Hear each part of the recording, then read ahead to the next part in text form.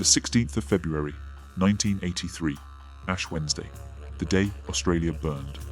Over 100 fires swept across Victoria and South Australia, killing 75 people and destroying more than 3,700 buildings in a single day.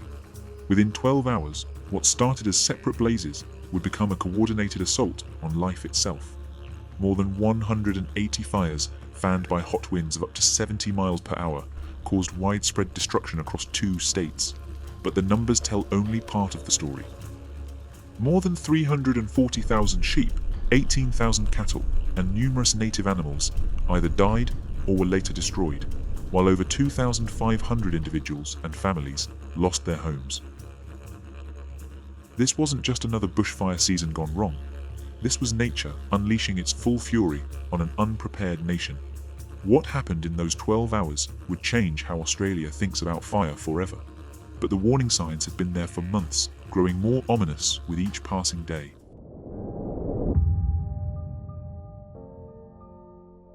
The summer of 1982-83 had been building toward catastrophe, like a slowly tightening noose around Australia's neck. The fire season had already claimed lives before Ash Wednesday even arrived. 2 Forests Commission employees from Daylesford, Des Collins and Alan Lynch, died when the bulldozer they were operating was overrun by a 16,000-hectare bushfire at Greendale on Saturday, the 8th of January 1983. They were the first forestry workers to die in bushfire since 1939, and their deaths sent shockwaves through the firefighting community. But the tragedy was just beginning. On the 1st of February 1983, a fire burnt the north face of Mount Macedon and areas of state forest. 50 houses were destroyed, and firefighting resources were already stretched to breaking point. The warning couldn't have been clearer. The land was primed for disaster.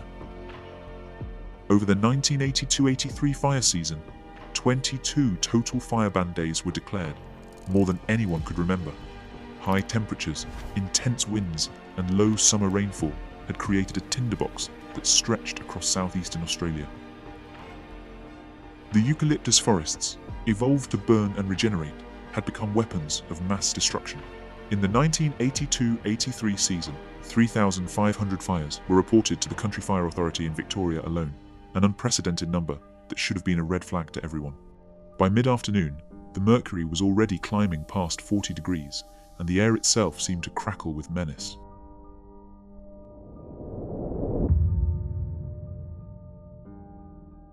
A day of total fire ban was declared for Victoria at 6:30 a.m. on Ash Wednesday, the 16th of February 1983. The authorities knew something was coming, but they had no idea of the scale. The first domino fell when a bushfire started on Birdsland near Mount Morton Road at Belgrave Heights. Within minutes, what seemed like a manageable blaze had exploded into something monstrous, defying every conventional firefighting technique. The wind grabbed the flames like a living thing, hurling them across the landscape at impossible speeds, 40 kilometers per hour in some areas, faster than many evacuation vehicles could travel. CFA was involved in 180 fires throughout Victoria, 8 of which were major fires, but this wasn't 8 separate emergencies. This was a coordinated attack by nature itself. The fires seemed to communicate with each other, leaping roads, rivers, and fire breaks, as if they were following some diabolical plan. Emergency services, trained for individual incidents, suddenly found themselves fighting a war on multiple fronts with weapons that seemed utterly inadequate. Traditional fire suppression methods, water drops, fire breaks, backburning, became useless against an enemy that could generate its own weather systems. The flames created fire tornadoes, spinning columns of superheated air that could lift burning debris and hurl it miles ahead of the main fire front. How do you battle an enemy that can literally throw fire at you from the sky? The temperature soared, varying between the high 30s to mid 40s over most of eastern South Australia and Victoria, with some areas reaching 47 degrees Celsius. The relative humidity plummeted to less than 15% in many locations, creating conditions so dry that vegetation became explosive. The wind turned into a blowtorch, feeding oxygen to the flames at catastrophic rates, while simultaneously dehydrating everything in its path. Trees were baked in an unforgiving oven that sent showers of burning bark and leaves that became projectiles in the howling wind. Many houses under the fire's assault suffered irreparable damage, consumed so completely that investigators later found only twisted metal and ash where families had lived for generations. The fire created its own weather system, generating massive convection columns of biblical proportions, towering monuments to destruction that dwarfed anything nature had produced before. People who thought they were safely evacuated found themselves trapped as the fire moved faster than their cars, faster than their plans, faster than their worst nightmares. The flames traveled at speeds that made evacuation routes meaningless.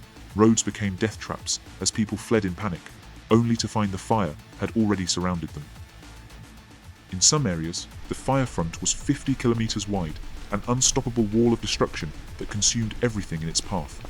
The sound was unlike anything survivors had ever heard, not just the crackling of burning wood, but a deep, throaty roar that seemed to come from the earth itself, punctuated by the explosive crack of trees bursting into flame and the screaming of superheated air rushing past at hurricane speeds.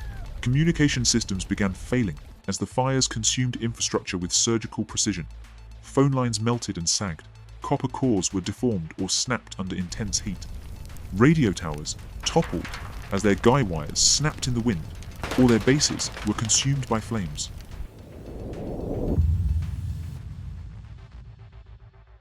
The fires weren't just destroying property, they were severing the connections that held communities together, isolating neighborhoods and towns in bubbles of terror. In some areas, the only communication came from amateur radio operators who stayed at their posts as the flames closed in around them, their voices crackling through static as they relayed desperate messages and coordinates to overwhelmed emergency services. The isolation was psychological as much as physical.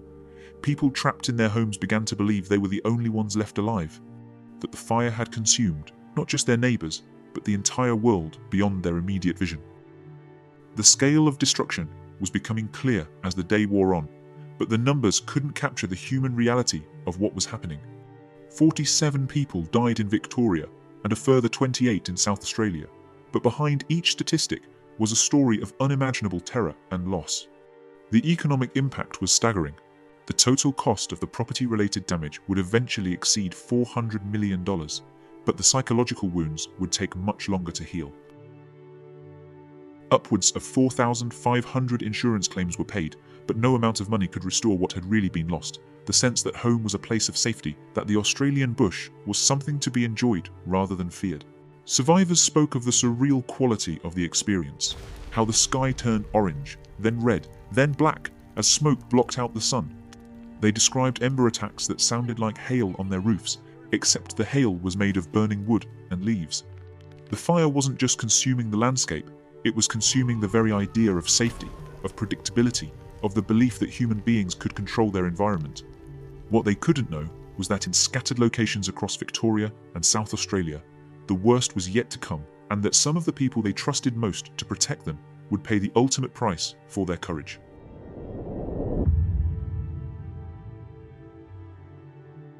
As emergency services struggled to comprehend the scale of the disaster, a horrifying truth emerged that would haunt the firefighting community for decades.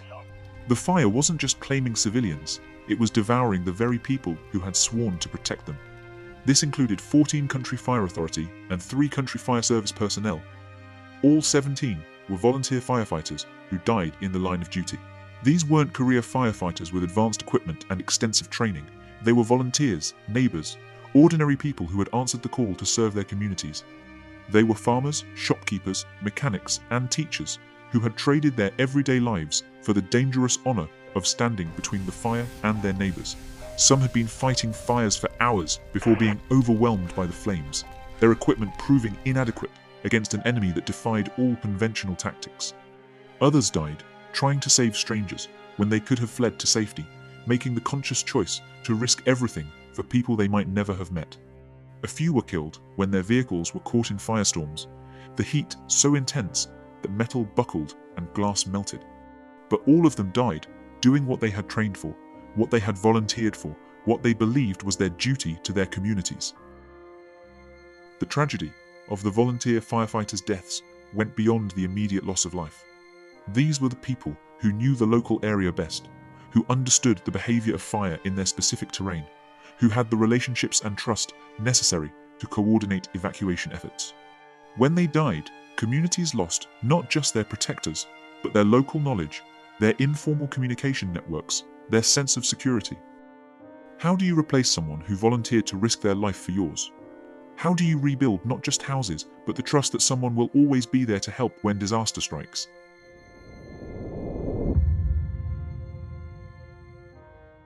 The fires raged through the night, painting the sky in shades of orange and red that could be seen from hundreds of kilometers away. But by dawn on the 17th of February, the wind had finally begun to die down, and the true magnitude of the catastrophe became visible to a stunned nation. The combined fires had burned 253,000 hectares under extreme drought and weather conditions, creating a moonscape of ash and twisted metal that stretched across 2 states.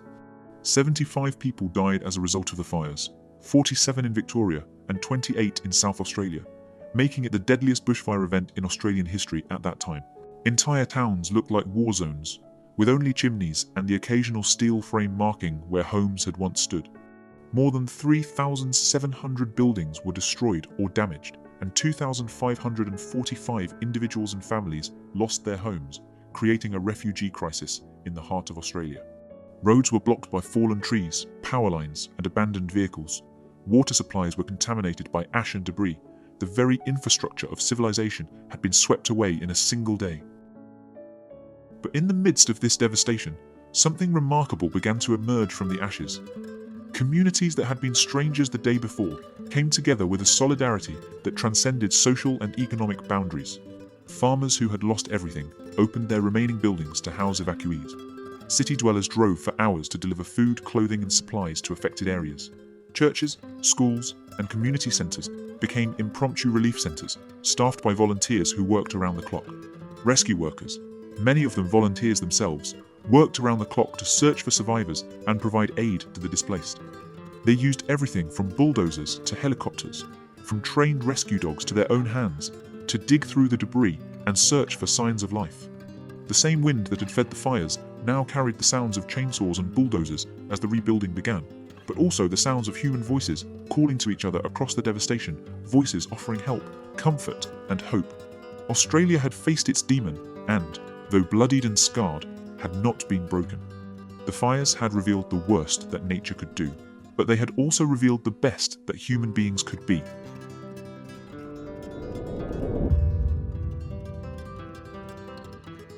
The immediate aftermath of Ash Wednesday was a time of both mourning and determination. The fires were the deadliest in Australian history until the Black Saturday bushfires in 2009, but the lessons learned from that terrible day would save countless lives in the decades that followed.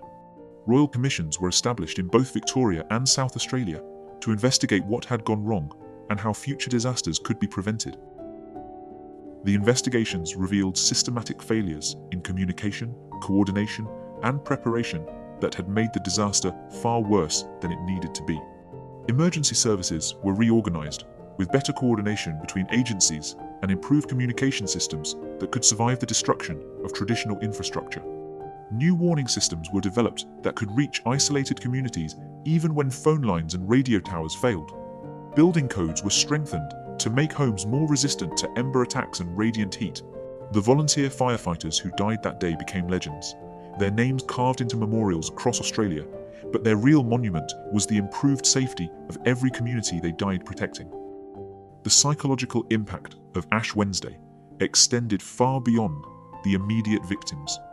The psychological effects of bushfires that devastated areas of South Australia on Ash Wednesday 1983 were studied extensively, revealing that entire communities suffered from post-traumatic stress, not just those who lost homes or family members. Children who lived through the fires often developed lasting fears of hot weather, wind, and smoke. Adults found themselves unable to concentrate during fire season, constantly monitoring weather conditions and escape routes. The ecological impact of the fires was equally profound. Entire ecosystems were destroyed, but they also began to regenerate in ways that revealed the complex relationship between fire and the Australian environment. Native plants that had evolved to survive fire began to sprout from seemingly dead ground. Wildlife populations that had been decimated slowly began to recover. The fires had been destructive, but they had also been part of a natural cycle that had been occurring for millions of years. Gradually, life began to return to normal. Houses were rebuilt, often with better fire protection than before. Families were reunited, though some were forever changed by loss. Communities were restored, though their character was altered by the shared experience of surviving nature's fury. The 16th of February, 1983, the day Australia burned, became a date that defined a generation's relationship with fire. It was the day that ordinary people discovered they could face extraordinary circumstances and survive. It was the day that communities learned they were stronger together than apart. The lessons of Ash Wednesday would be tested again and again in the years that followed. Every fire season brought new challenges, new technologies, new strategies for survival. But the fundamental truth remained unchanged.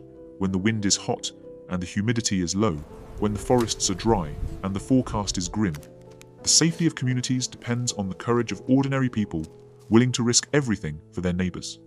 The greatest story is one of resilience, heroism, and the unbreakable spirit of communities that refuse to surrender to nature's fury, that learn from each disaster and emerge stronger, more prepared, and more united than before.